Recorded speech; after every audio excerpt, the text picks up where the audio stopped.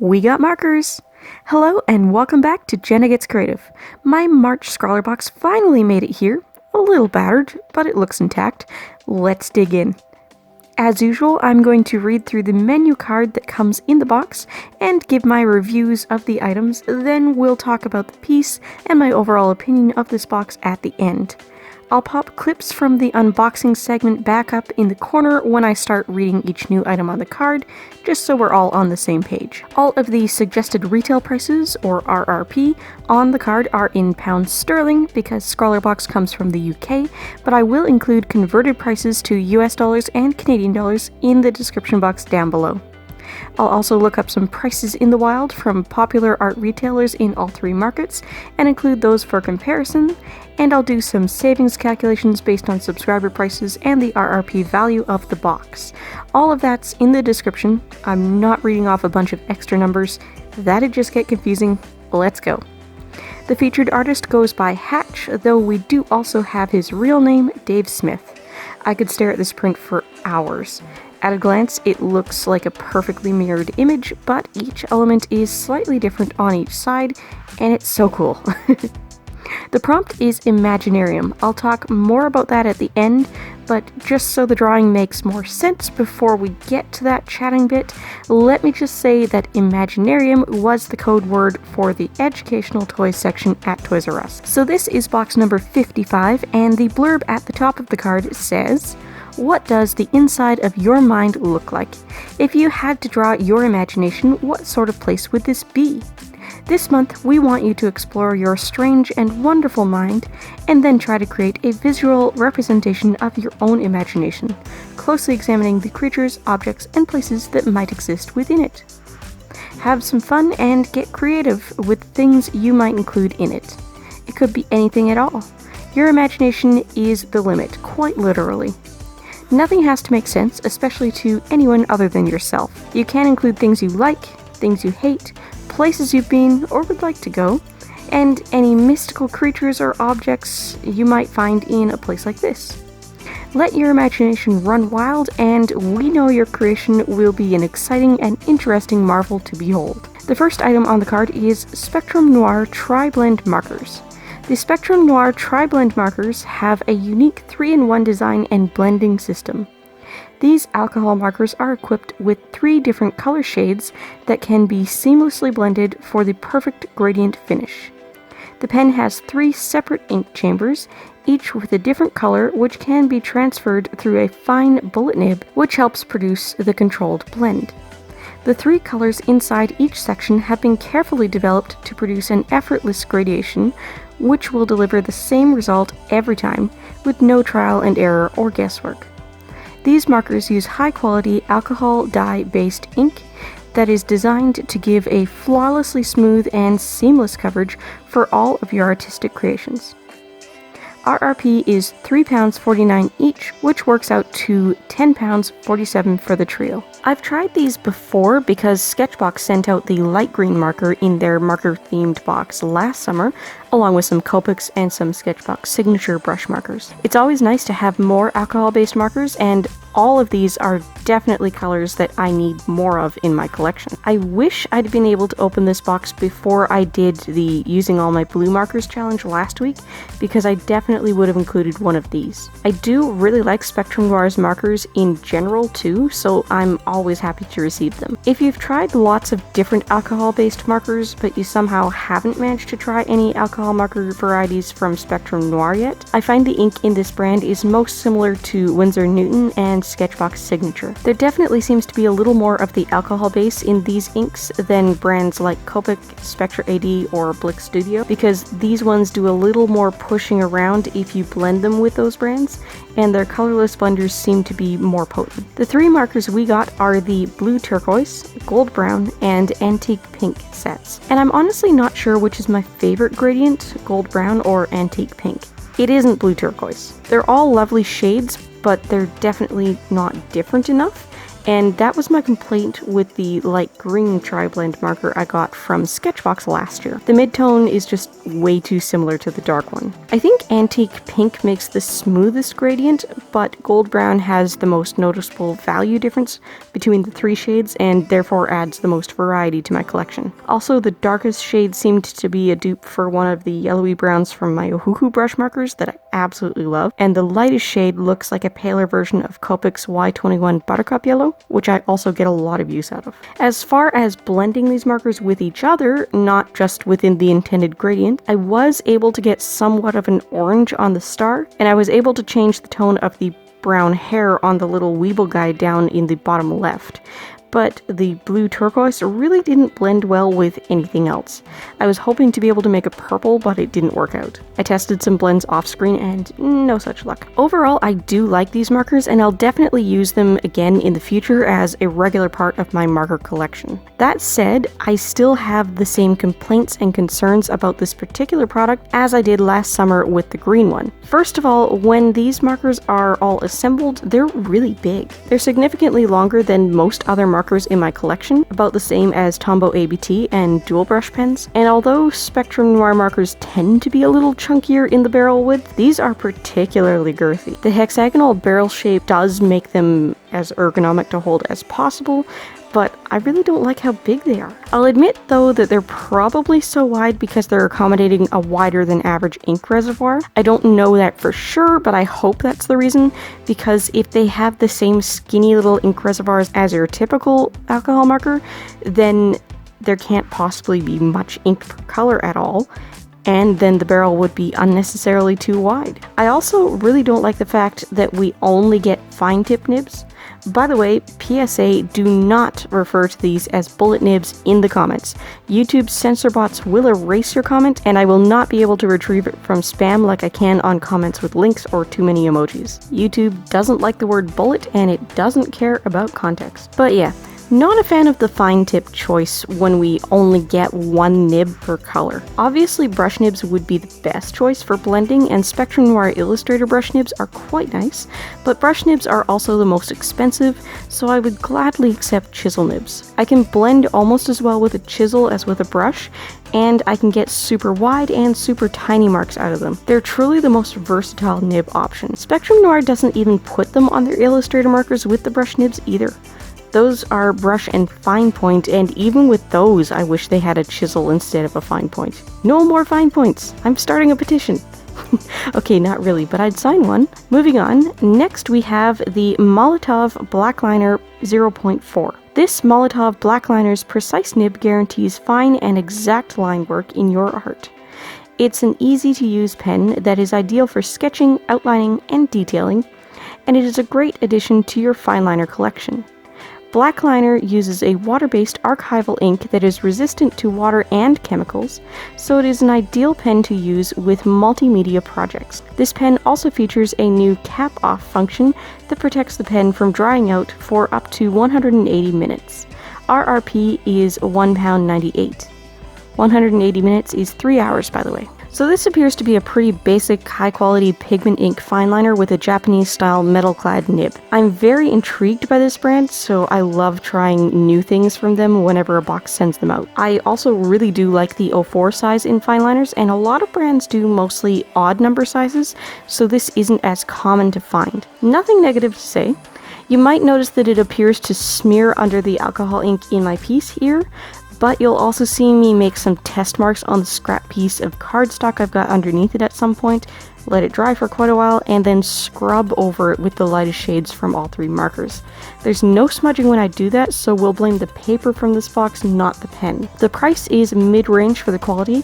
They're slightly more expensive than Micron's and Winsor Newton pigment liners, but slightly cheaper than Copic multiliners and Staedtler pigment liners. By the way, I know a lot of art YouTubers are pronouncing this brand as Molotow with the W, but it's a German street art brand, and I believe the name is supposed to look and sound Slavic.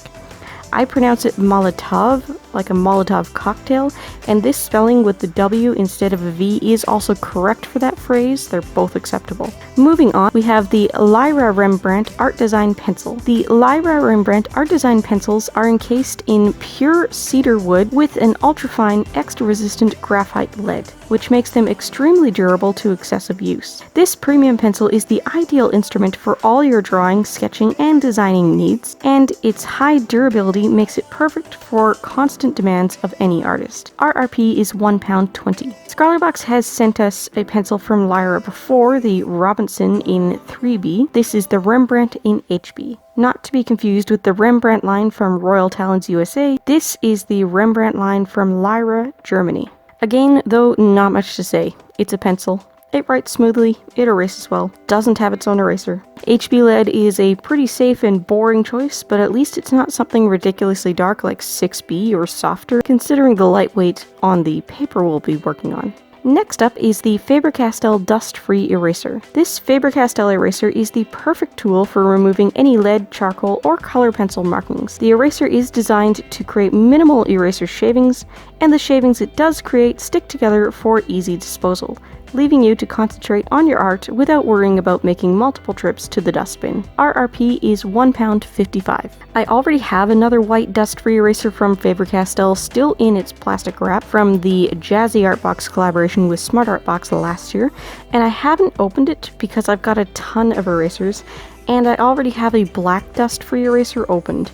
It's either a Faber-Castell or a Tombow. Honestly can't remember and didn't think to pull it out while I was filming. I decided I'd better open this one and use it, but now that I've got two, one still in the packaging, and I don't use dust-free erasers all that often, I'll definitely include the still wrapped one in my giveaway. I'm doing a giveaway soon, by the way. Once I qualify for the YouTube partner program, I'll open that up. I've been collecting a bunch of new in-package and like new tested once art supplies that I won't be using and set them aside for this giveaway, and I'll also be including a small original artwork. The giveaway will be open to all my subscribers age 14 plus, no matter where in the world you live, as long as you're able to receive a package from Canada. So subscribe if you're not already to help me pass that 1,000 subscribers requirement, and be sure to watch my videos all the way through to help me get to that 4,000 hours in the last 12 months watch time requirement, and we'll be able to hold this giveaway real soon. But let's get back on topic. This is a good eraser in terms of erasing graphite, and I would expect nothing less from Faber-Castell. The reason I don't like dust-free erasers is because I find I go through them too fast.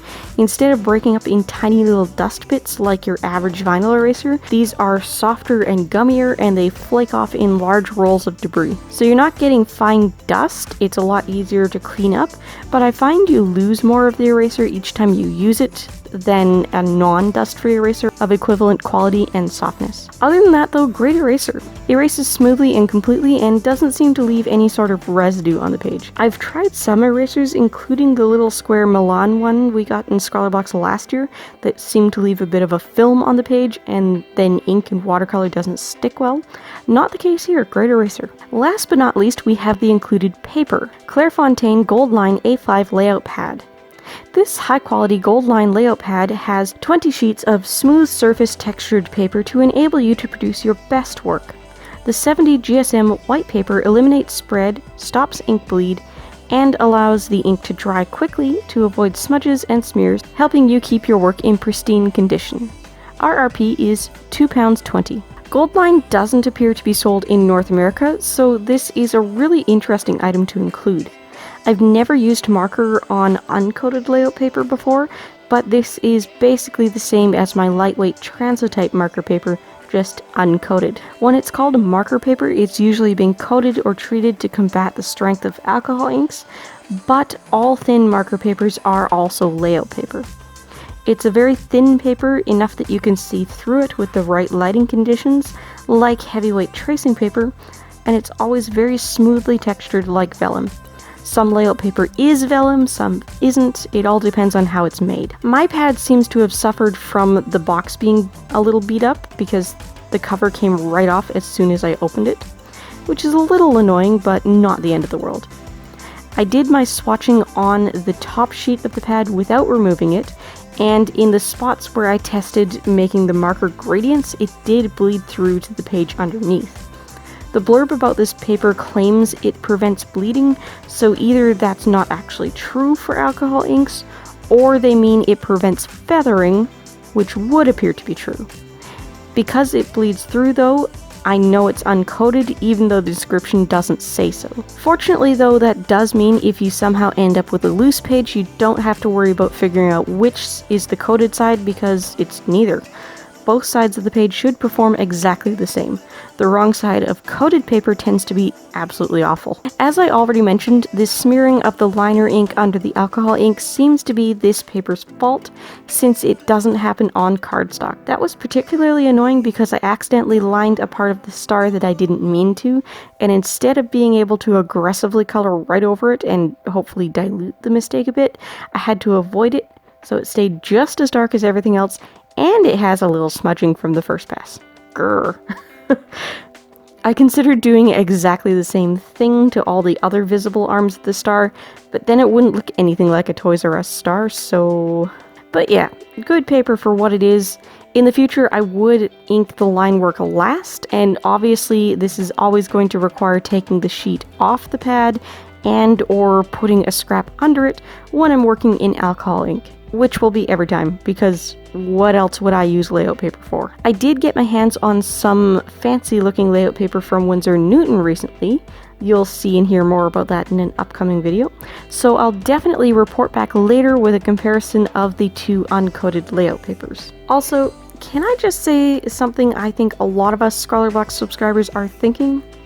It's great to get so many samples of different papers from Clairefontaine lately, ScrawlrBox, but how about the stuff they're really famous for? You guys sent us soft pastels in January and you didn't take the opportunity to send us Clairefontaine Pastel Matte. What gives? Send Pastel Matte! I hear it also works great with colored pencil.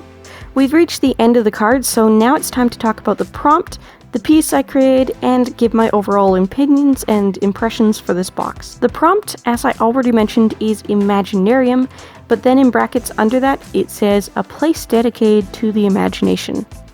I think that still fits with the Toys R Us tribute thing I've got going on, because what sparks imagination better than a toy store? I worked at Toys R Us when I was fresh out of high school, and although my managers liked to use me on the registers because I was so accurate and efficient there, story of my retail life, my favorite department was Imaginarium. This is where you'll find all the electronic education toys like LeapPad products and basically anything else not in the infant section that talks and teaches you about shapes, numbers, or language. This is where you'll find the science kits, the craft kits, the art supplies, and the books. It's where you'll find dinosaurs, train sets, marble mazes. I love it. Now I'm a parent, I get to reconnect with my love for it too. Yes, I'm using the present tense because I'm Canadian, and our Toys R Us stores are still in business. Sorry, Americans. So my collage features a whole bunch of things that popped into my head when I thought of Toys R Us in general and the Imaginarium department in particular. We've got the logo's backward letter R in quotes, the iconic curvy shining star, and Jeffrey Giraffe representing the store. Representing the education department aspect, we've got a row of paint pots, some pencils, and the dreaded cheap plastic paintbrush, some blocks from a shape puzzle, and the numbers 0 to 4. To fill in more spaces and further emphasize the toy aspect, we've got a Weeble Man, a Mr. Potato Head, a random teddy bear, and a shark. Do-do-do-do-do-do.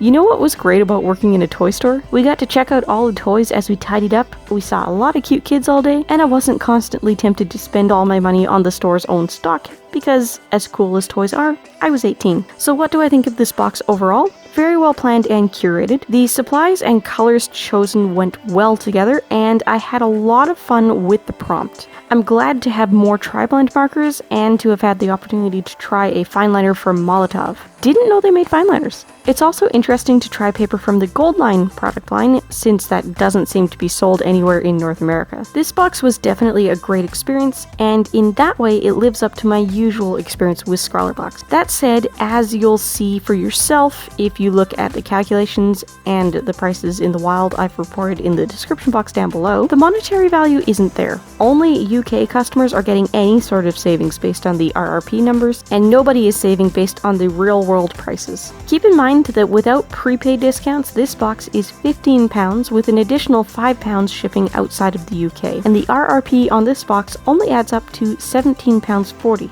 That's cutting it really close and doesn't have enough buffer for the approximately 20% you'd save buying these supplies in person or online with free shipping from your favorite art retailers. It's true that when you buy these curated boxes, you're also paying for the work that goes into it, the effortless experience you get to have trying it out, and the exposure to products you've never tried before and maybe can't even get locally. But usually with ScrawlrBox in particular, you at least have some savings as an international customer based on RRP if you've prepaid 12 or sometimes even 6 months. The number isn't a huge loss on this box, but it is a loss. As an ongoing subscriber, I can consider the loss absorbed by some of the higher value boxes. Check out the math I did on the Viviva color sheet ScrawlrBox that featured Casey Golden, and I consider any box that sends alcohol markers an automatic win. But if you only get boxes once in a while, either as a one-time purchaser or by back ordering old boxes, then you really do have to eat the monetary loss. Whether or not it's worth it is up to you. If you're Canadian, these markers aren't easy to come by, so maybe it is. If you're American, these markers are on all the big discount art retailer sites, so maybe not so much. If you're looking for something else to watch, I've got some suggestions on the left side of the screen now. I upload art content twice a week at minimum, every Tuesday and Thursday, and if you like living life creatively, whatever that means to you, I'd love to have you along for the ride. Bye guys!